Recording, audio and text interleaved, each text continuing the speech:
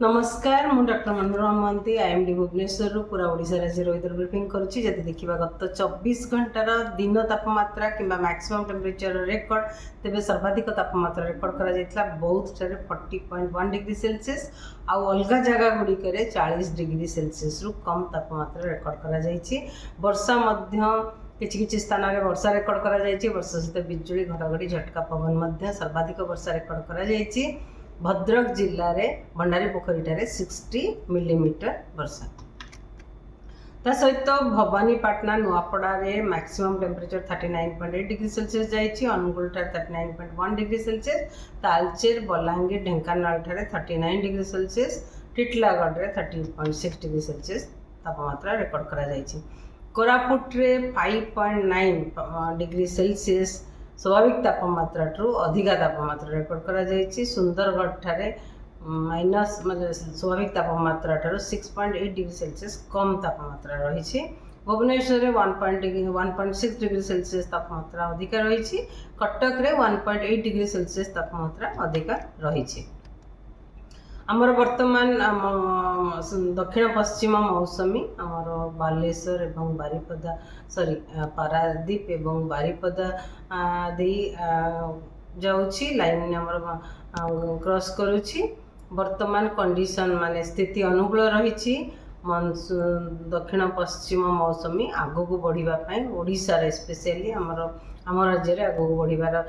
बढ़ार स्थिति अनुकूल रही आगामी 2-3 दिन मध्य कि 2-3 दिन भितर आहरी आगक मौसमी बढ़ी पारे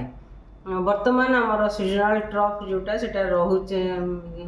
रोचे आम गोटे सर्कुलेशन जोटा सेंट्रल पाकिस्तान उपर रही ट्रफ टी रन करुच्ची किंबा माने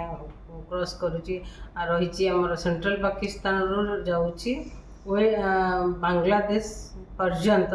जोटा कि राजस्थान मध्य प्रदेश नॉर्थ छत्तीसगढ़ झारखंड गाजेटिक वेस्ट बेंगल होइकी जाउछि जोटा कि रही वर्तमान समुद्र पतन ठारू 0.9 किलोमीटर समुद्र पतन ठारू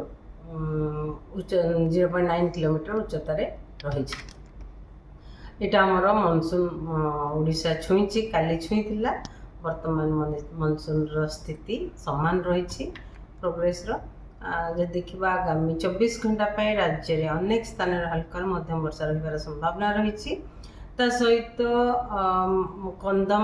कंधमाल रायगड़ा गजपति जिले में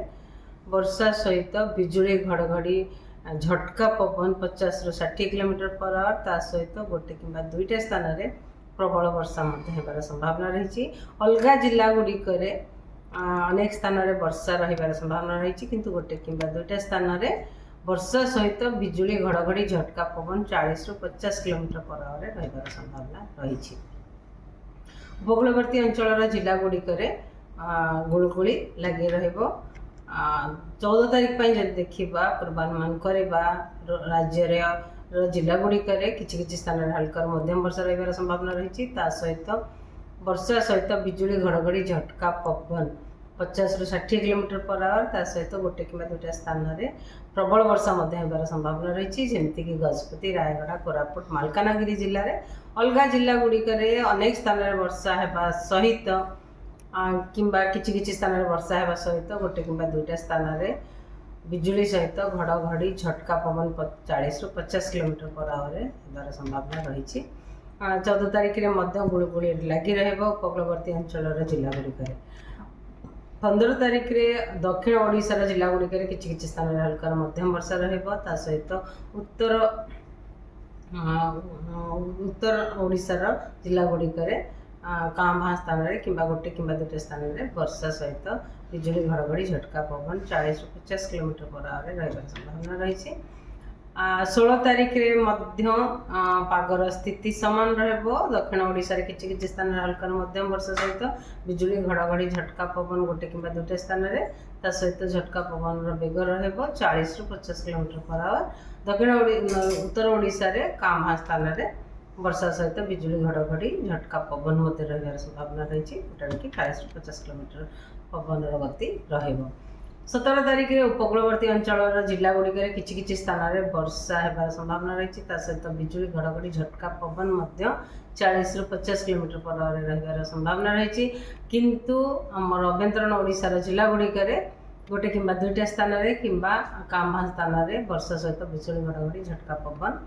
40 ରୁ 50 किलोमीटर पर आवर रहिबार संभावना रही 18 तारिख में राज्य में किछि स्थान में हल्का मध्यम वर्षा होबार संभावना रही 19 तारिख में राज्य में किछि स्थान में हल्का मध्यम वर्षा होबार संभावना रही जे देखिबा तापमात्रा रे विशेष परिवर्तन होबार संभावना नहीं आगामी 6-7 दिन भितर पूरा ओडिशा राज्य में मत्स्यजीवी मानी आगामी 48 घंटा कि आगामी 2 दिन वार्निंग जारी करा